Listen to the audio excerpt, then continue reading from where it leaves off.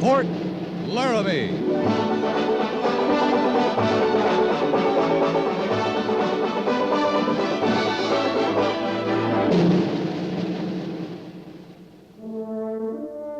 Fort Laramie, starring Raymond Burr as Captain Lee Quince. Specially transcribed tales of the dark and tragic ground of the wild frontier, the saga of fighting men who rode the rim of empire, and the dramatic story of Lee Quince, Captain of Cavalry.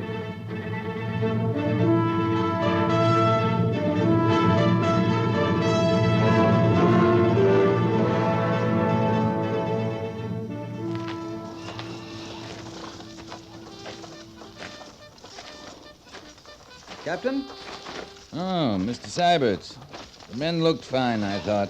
Well, yes, sir. They looked all right. Good drill. Good parade. Yes, sir, but actually I was more concerned with... Well, weren't you listening, sir? I was watching, Lieutenant. I almost never listen to a dress parade. I mean the band. The band seemed to march real good. Captain, the music. Frankly, I thought it was terrible. Oh? Usually it just sounds bad. But today it was awful. What, didn't it sound strange to you? Tinny, off-key? I was watching B Company, Mr. Syberts. Marched just fine. I don't know. Maybe it's my ears. More likely my ears. I don't pay much mind to the music. When I was a boy, my mother thought I had a promising voice. So I'd sing for her. And the hogs would come running. Then the neighbors got so they'd come running, too. I got a lot of encouragement to quit singing. But just because you couldn't sing well, Captain, doesn't mean you don't have an appreciation for music. Oh, I think it does, Mr. Syberts. You see, I wasn't just obliging my mother. I thought I sounded fine, too. Well, you were considerably younger, sir. I'm sure you've outgrown all that by now. After all, with your mother to encourage you couldn't be blamed for thinking that you had Around her neck she wore a yellow ribbon. Captain. She wore it in the winter and the merry month of May. And when they ask her why Really, Captain, it was more about the regimental band than anything else, and if you didn't notice the band, sir, Far away, far away, she wore it for her lover who was far, far away. Yes, sir, well, I'm beginning to think I was very mistaken, if you'll excuse me, Far Captain. away, far Captain Quince? Major Daggett? What are you doing? I was singing, sir. You call that singing? Yes, I do. But I suppose it's a minority opinion. Are you drunk, Captain? No, sir. I can account for the singing if you're interested, Major. I'm only interested in stopping it. We've had enough bad music around here for one day. I thought dress parade came off fine, sir. I was very proud of B Company. Captain, I don't want to hear another reference to dress parade today. Yes, sir. It's over. That's the only good thing about it. It's over. I don't want to discuss it. I don't want to hear it discussed. That's an order, Captain. Yes, sir. I won't even ask if you heard the band. Did you hear the band? Must have. I saw it. Seemed to me they marched real good. No matter if you heard it or not, if that bellowing you call singing's a sample of your ear for music that... Marched real good? I thought so, sir. If I want marching, I'll get a company of infantry. From a band, Captain, I expect just one thing, music. You think I'm being unreasonable? Kind of hard to get music out of busted instruments, I imagine. I realize some of the pieces are quite old. Schultz tells me in the field they have problems with rust, sand fouling the cornet pistons, but busted instruments? The report said the band was brawling over something Saturday night. Someone put his foot through a field drum. Some of the blowhorns got smashed. You read a report on a band brawl? Mm-hmm. On your desk, Sunday morning, Major. Oh. Well, I want to talk to the bandmaster, and if you'll stop delaying me, I will. Sorry to hold you up, Major. Lee. I'm sorry. For what? Well, I'm mad as the devil. I didn't mean to take it out on you. I was handy. And you were singing, don't forget. And it set me off. Set Mr. Syberts off, too. Fact of the matter is, we have guests on the post. I wanted to be especially proud of our band. Oh, and what they did to Boots and Saddles, I think it was Boots and Saddles. I gotta see Schultz. Tell him I thought the band marched real good.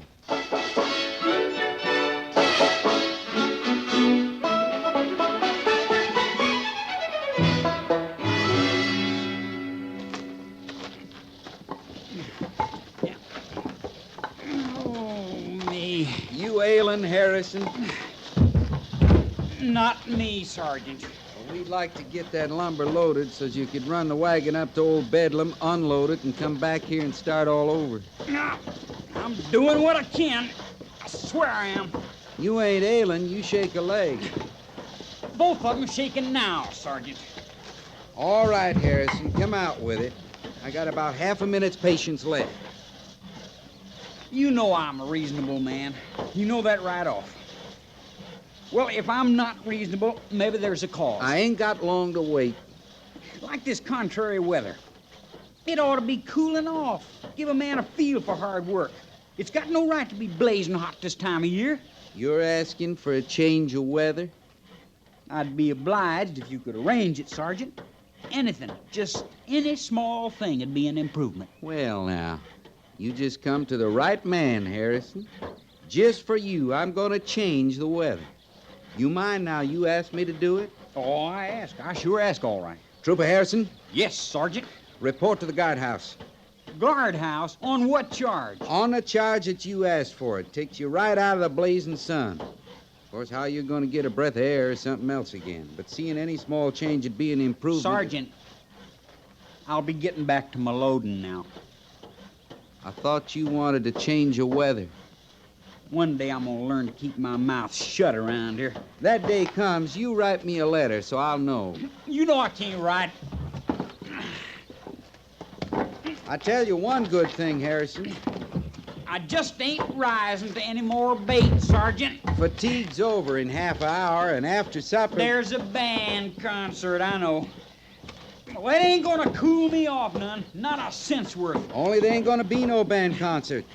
In fact, if Bandmaster Schultz can't explain himself any better to Major Daggett than he has so far... Oh, my foot! Maybe we heard the last toot ever from our regimental band.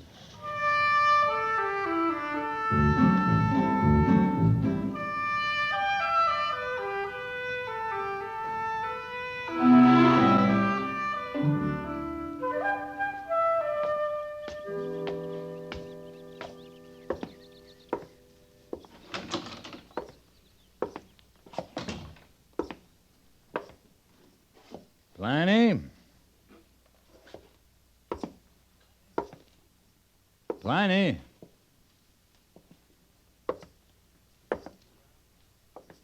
You around, Pliny?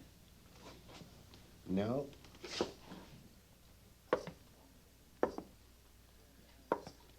What are you doing behind the pickle barrel? You drop a penny? Are you alone, Captain? Sure.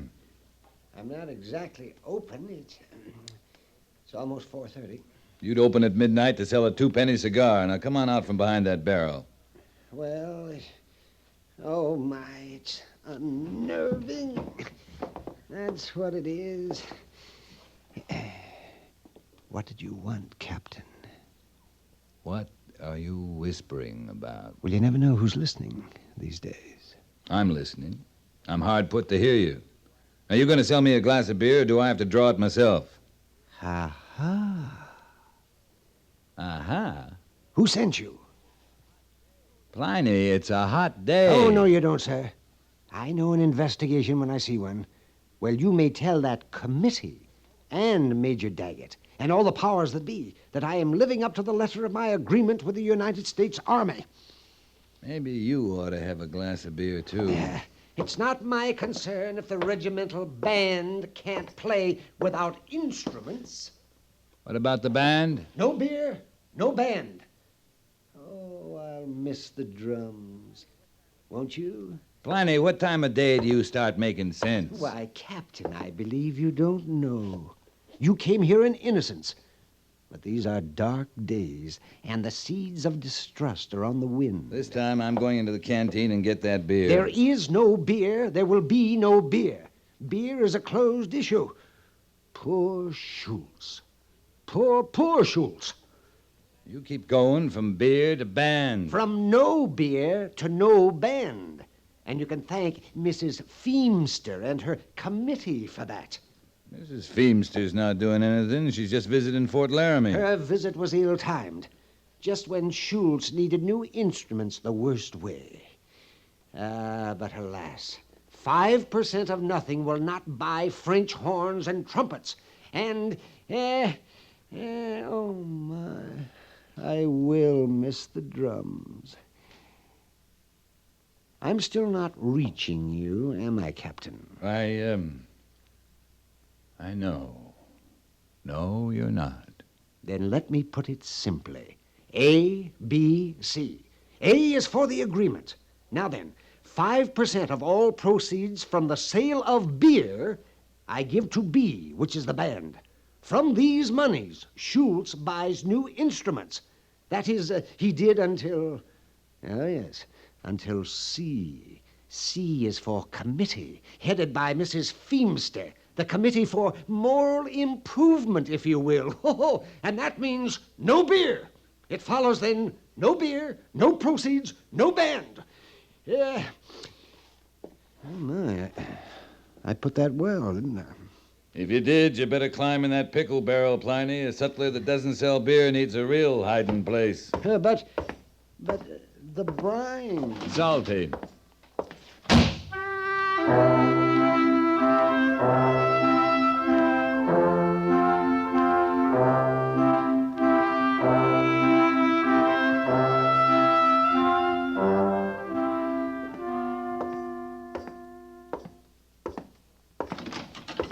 Oh, Captain, I was just about to send for you. Just came from the settlers, Major. You got any idea what's going on around here? Hold your voice down. Come here. Pliny was whispering, too, for a while. Now, listen to me, Lee. I get a better idea than anyone what's going on around here. Mrs. Feemster's in my office now. Let's go in here. The army run by a woman now, Major? That's not funny, Lee. I don't mean it funny. I can't get a glass of beer. Pliny says that woman's why. I've just learned from Washington that there's several thousand Mrs. Feemsters, Captain, and their ranks seem to be growing daily.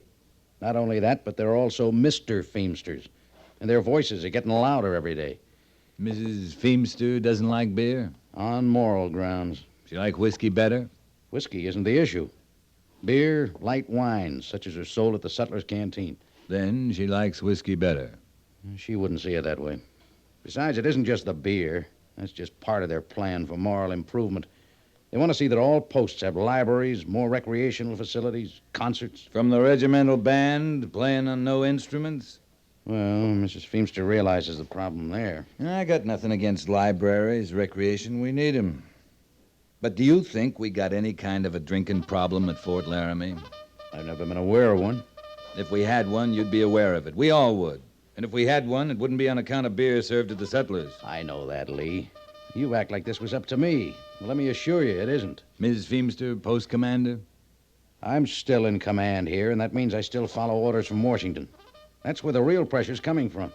They've banned the sale of beer at Fort Sully, Fort McPherson, and Fort Totten, and I can't keep them from banning it here. That brings us back to whiskey again. If a man can't get a glass of beer on the post, he'll go off the post. You think Mrs. Feemster knows what a hog ranch is? A whiskey ranch? I doubt it. Well, they got 'em now, all around Fort Sully and Fort Totten. And men that used to drink beer at those posts are stealing off and rotting their insides on hog ranch whiskey. You seem pretty sure of your facts, Lee. Ask Major Trucks. He got the information at the post surgeons' meeting last month at Fort Randall. The post surgeons are recommending that they reopen the canteens. I wonder. Just wonder. No, it'd never work. Oh, what wouldn't work? I don't think even Major Trucks could convince Mrs. Feemster she was short-sighted. I was thinking more of letting Mrs. Feemster make her own decision about being short-sighted. You haven't met her, have you?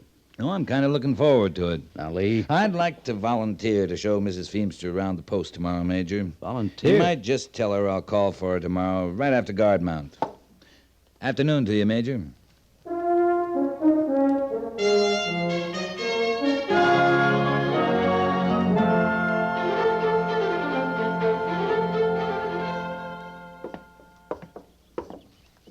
Of course, in time, we'd want to build a library building separate, but that takes time. Right now, there's only one building not being put to use. Well, I'm sure I don't know where that is, Captain. Goodness knows we've covered most of the post. Except the sutler's, ma'am. It's just ahead. But surely the sutler store isn't vacant. Not the store, just the canteen. It's part of the same building. Is that where they keep beer? When they had it, ma'am. My dear young man, I have never set foot in a saloon, and I don't intend to go now. The saloon's where they sell liquor, ma'am. This canteen's an empty room and a counter. But if you don't want to look at it, You're why... certain there's nothing in the nature of spirits in there? I give you my word, Mrs. Feemster. There isn't a sign of spirit in there now. Very well, then. I suppose I should take the long view. After all, the library is the important thing. But in a saloon... Canteen. I'll take your word there's a difference, Captain. After you, ma'am. Thank you, Captain. Canteen straight ahead, Mrs. Feemster. Now then, Pliny, I got a long order here. Best you write it down. Just a moment, Sergeant. Just a moment. Captain? Yes, Pliny? Oh, have you met Mrs. Feemster? This is Pliny Burgess, the sutler. Mr. Burgess? Madam? Now, Captain, you know very well the canteen is, well, it's... Yeah, we know, Pliny. We come to see how the room would do for a library. A library... you mean books, and books in there? We'll just look it over. You mind your customer over there. Oh, well, I don't know I about... got cash money, Pliny. Coming. Yes, indeed. In fact, I'm here. Well, Mrs. Feemster? Well, yes, I think perhaps you may be right, Captain. Lemon extract. This room would make... I want all the lemon extract you got. All the vanilla, peppermint, ginger. All? Every drop. Then I want everything in stock in the way of cinnamon, red pepper sauces, bay rum.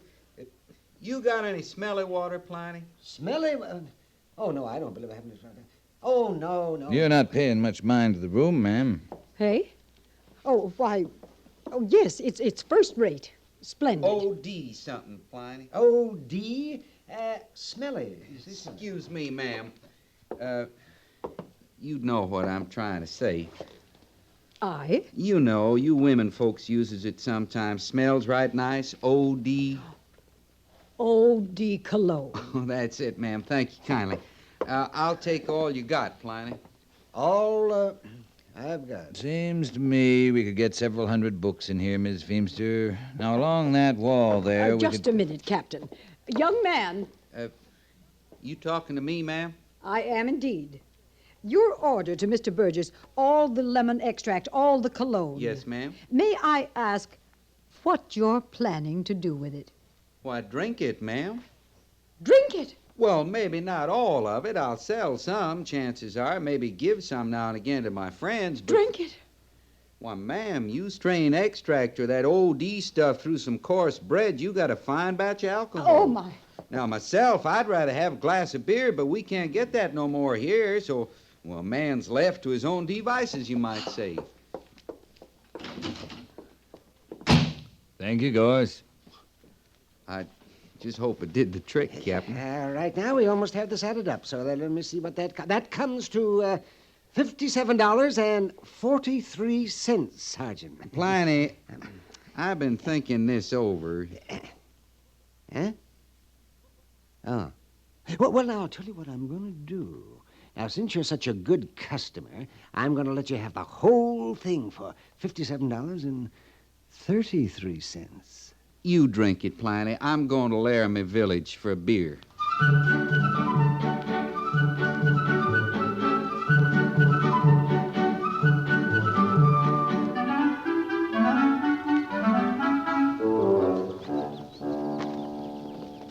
Why, Captain, you've come to say goodbye. No, I wasn't sure I'd be welcome, Mrs. Feemster. Major tells me you were a while settling down. I very nearly fainted. You may as well know that. Well, if it'd make you feel any better, it was all made up for your benefit, ma'am. So Major Daggett assured me. Oh, my, Captain. I'm going back to Washington with a brand new outlook. I think our Committee on Moral Improvement may just revise its thinking a bit. You talked to the post surgeon. Indeed, I did. I'm taking the entire matter up with all of official Washington. Yes, ma'am. And I want to thank you for opening my eyes, Captain. And that nice orderly of yours. Harrison? Yes, Trooper Harrison. He's the one who makes those nice outdoor stoves. He is? He was cooking last evening down by the Laramie River. I was out for my evening constitutional, and he explained it all to me about his stove. A retort, a condenser, and a receiver. Harrison? He called it a stove? Oh, he had some other name for it. A foolish name, too. A foolish name like a still? Yes, but I could see it was a stove. He's promised to send me the plans, show me just how to make it. Mrs. Feemster, that stove, now it's just... Oh, my goodness, the stage is ready. Goodbye, Captain. Goodbye, Mrs. Feemster.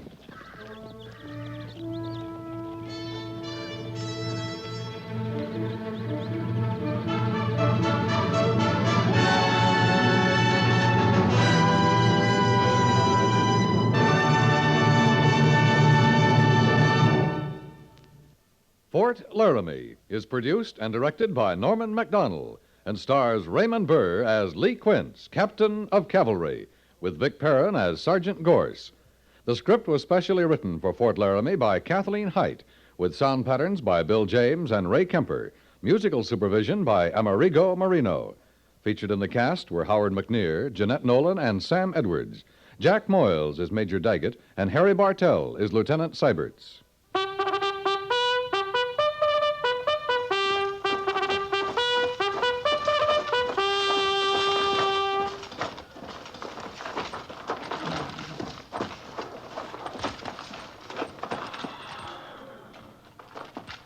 Company, tension! Dismiss.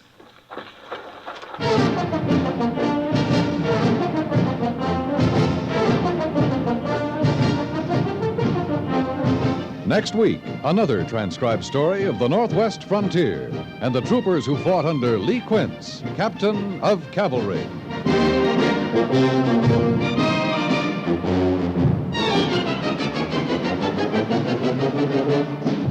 Are you a student, businessman, musician, stamp collector? No matter what your profession or age, your opposite number in some faraway country wants to know about you and to tell you about his own life and thoughts. CBS Radio urges you to send your name to Letters from Abroad, 45 East 65th Street, New York City, mentioning your age, occupation, and interests. They'll find you a suitable correspondent in the country of your choice.